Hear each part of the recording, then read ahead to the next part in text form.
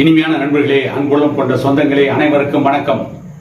கடந்த 24ஆம் தேதி மதியம் 1 மணியிலிருந்து 25ஆம் தேதி நண்பகல் வரை தமிழகத்தின் பாண்டிச்சேரியின் ஊடகங்கள் எவ்வளவு சிறப்பாக செயல்பட்டது, அவர்கள் கொடுத்த தலைப்புகள், அந்த செய்திகளுக்கு அவர்கள் கொடுத்த முன்னுரைகள், வரலாற்று புதின நாவல்களை ஆங்கிலத்திலே எழுதியவர் கைதேர்ந்தவர் என்று வர்ணிக்கப்பட்ட வால்டர் ஸ்காட்டை மிஞ்சுகின்ற அளவிற்கு தலைப்பு கொடுத்தார்கள்.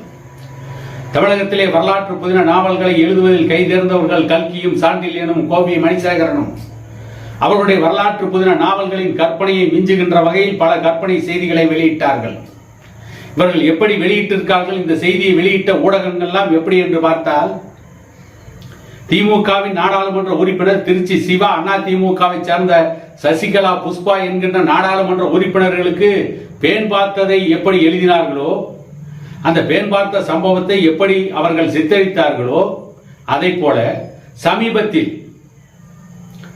நடிகை திரிசாவுடன் கீர்த்தி சுரேஷ் திருமணத்திற்கு நடிகர் விஜய் தனி விமானத்தில் சென்றதை பற்றி அந்த விமானத்திலேயே இவர்களும் பயணம் செய்ததை போல பயண கட்டுரை எழுதினார்கள்.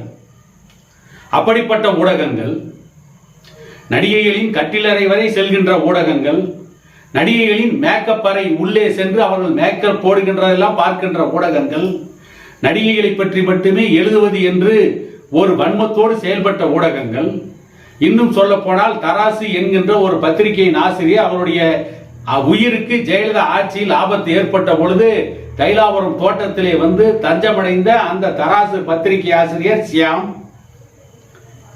நக்கீரன் பத்திரிகை ஒரு காலத்தில் நடிகைகளின் அந்த புறங்களை மட்டுமே எழுதி கொண்டிருந்தது. இன்றைக்கு பாரதிய ஜனதா கட்சியில் இருக்கின்ற நடிகை குஷ்பு நீல படங்களில் நடித்தார் என்றெல்லாம் செய்தியை வெளியிட்டுக் கொண்டிருந்தது.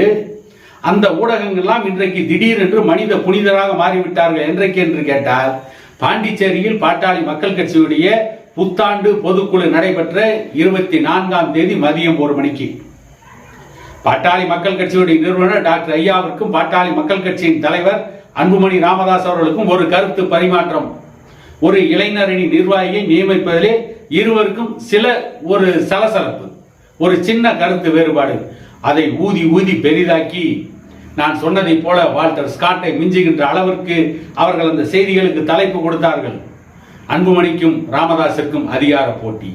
பாமக நிறுவனர் டாக்டர் ஐயாவிற்கும் அன்புமணி அவர்களுக்கும் இடையே இருந்த முரண்பாடுகள் இன்றைக்கு வெளிச்சத்திற்கு வந்துவிட்டது.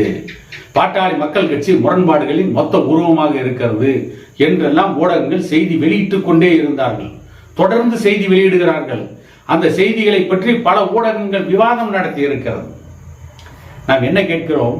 பாட்டாளி மக்கள் கட்சி இந்த தமிழ் சமூகத்தில் நலன்களுக்காக பாட்டாளி மக்கள் கட்சியின் நிறுவனர் டாக்டர் ஐயாவாக இருக்கட்டும், அன்புமணி ராமதாஸாக இருக்கட்டும், பரந்தூர் விமான நிலையத்திற்கு எதிராக நடத்திய போராட்டத்தை, நெய்வேலி நிலக்கரி நிறுவனத்திற்கு எதிராக நடத்திய போராட்டத்தை, திருவண்ணாமலையில் விவசாயிகள் மாநாடு நடத்தியதை பற்றி, திருவண்ணாமலை மேல்மார் சிப்காட்டில் விவசாயிகளுக்கு எதிராக பாட்டாளி மக்கள் கட்சியினுடைய தலைவர் அன்புமணி ராமதாஸ் களத்திலே இறங்கி போராடியதை பற்றி, அந்த விவசாயிகளின் மீது, அந்த விவசாய சங்க தலைவர்களின் மீது 7 பேரின் மீது குண்டர் தடுப்பு காவல் சட்டத்தின் கீழ் அவர்கள் மீது தமிழக அரசு வழக்கு போட்ட பொழுது அந்த வழக்குக்கு எதிராக நின்று, அந்த விவசாயிகளுக்கு ஆதரவாக நின்று, அந்த விவசாயிகள்லாம் பாட்டாளி மக்கள் கட்சியை சார்ந்தவர்கள் ஜாமீன் எடுத்த பொழுது அதை பற்றியெல்லாம் வெளியிடாத இந்த ஊடகங்கள், பாட்டாளி மக்கள் கட்சியில் ஒரு சின்ன கருத்து பரிமாற்றம் பாட்டாளி மக்கள் கட்சியுடைய தலைவருக்கும் நிறுவனருக்கும், அதை பற்றி தொடர்ந்து பேசிக்கொண்டே இருந்தார்கள், எழுதி கொண்டே இருந்தார்கள், பரபரப்பாக சொல்லிக் கொண்டே இருந்தார்கள்.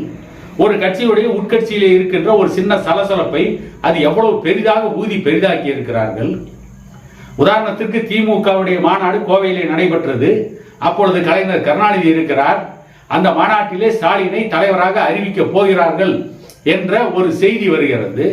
அதை கேள்விப்பட்ட அன்றைய திமுகவின் தலைவர்கள் ஒருவரான சேலத்தை சார்ந்த வீரபாண்டியார் அவர்கள் கலைஞரிடம் போய் கேட்கிறார், நீங்கள் தலைவராக இருக்கின்ற பொழுது எதற்கு கட்சிக்கு இன்னொரு தலைவர் என்று கலைஞரிடம் நேருக்கு நேராகவே கேள்வி எழுப்புகிறார். அதை பற்றியெல்லாம் எந்த ஊடகங்களும் எழுதவில்லை. அதிமுகவில் இன்றைக்கு பல குழப்பங்கள், குளறுபடிகள் நடக்கிறது. அதிமுகவில் அமைச்சராக இருந்த ராஜேந்திர பாலாஜிக்கும் அவருடைய எதிர் அணியினருக்கும் பிரச்சனை. எதிரணியை சேர்ந்தவர் ராஜேந்திர பாலாஜி அணியை சேர்ந்தவரை மிரட்டுவதற்காக துப்பாக்கி எடுத்து வானத்தை நோக்கி சுடுகிறார். இது எவ்வளவு பெரிய வன்முறை, இது எவ்வளவு பெரிய மிரட்டல். இதை பற்றி ஏதோ 1-2 ஊடகங்கள் செய்தி வெளியிட்டது, மற்ற ஊடகங்கள் செய்தி வெளியிடுவதில்லை. தமிழ்நாட்டினுடைய கடன் இன்றைக்கு 8,53,000 கோடி இருக்கிறது. திமுகவும் அதிமுகவும் மாறி மாறி கடன் வாங்கி தமிழகத்தை ஒரு கடன் மாநிலமாக மாற்றி வைத்திருக்கிறார்கள். இதை பற்றி கூட எந்த ஊடகங்களும் செய்தி வெளியிடுவதில்லை. ஆனால் பாட்டாளி மக்கள் கட்சியினுடைய பொதுக்குழுவில் நடந்த ஒரு சிறு பிரச்சனையை ஊதி பெரிதாக்கி செய்திகளை வெளியிட்டுக் கொண்டிருக்கிறார்கள்.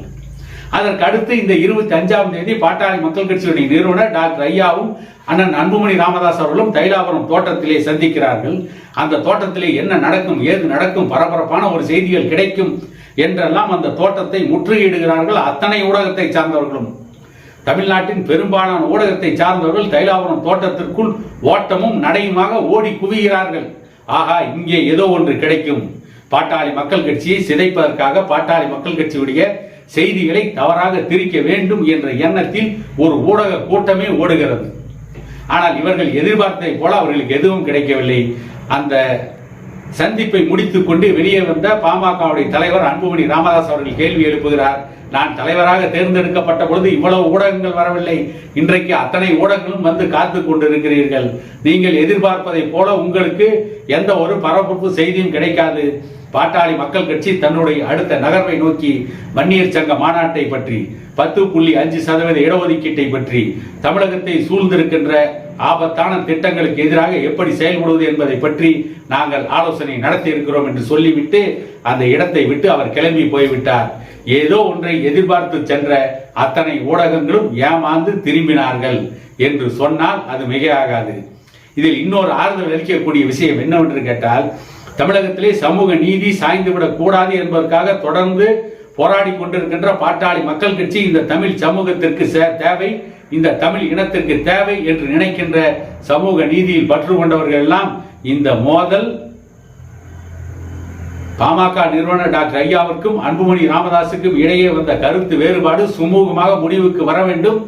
பாட்டாளி மக்கள் கட்சி தொடர்ந்து தமிழ்நாட்டின் அரசியல் களத்திலே நின்று ஒடுக்கப்பட்ட மக்களுக்காக போராட வேண்டும் என்று நினைத்தார்கள். ஆளுகின்ற அரசும் இனிமேல் ஆள துடிக்கின்ற அரசும் ஏற்கனவே ஆண்டு கொண்டு இருந்தவர்களும் ஆதிக்கத்தின் அருகிலே இருந்து ஆதிக்கத்தை சுவைத்து பழக்கப்பட்டவர்கள், சொகுசாக பதவி நாற்காலியிலே இருந்தவர்களை காப்பாற்ற வேண்டும் என்று நினைக்கின்ற பெரும்பாலான ஊடகங்கள் பாட்டாளி மக்கள் கட்சி மிகப்பெரிய பிளவை சந்திக்க வேண்டும். இதன் மூலம் பாட்டாளி மக்கள் கட்சி பலவீனமாக வேண்டும்.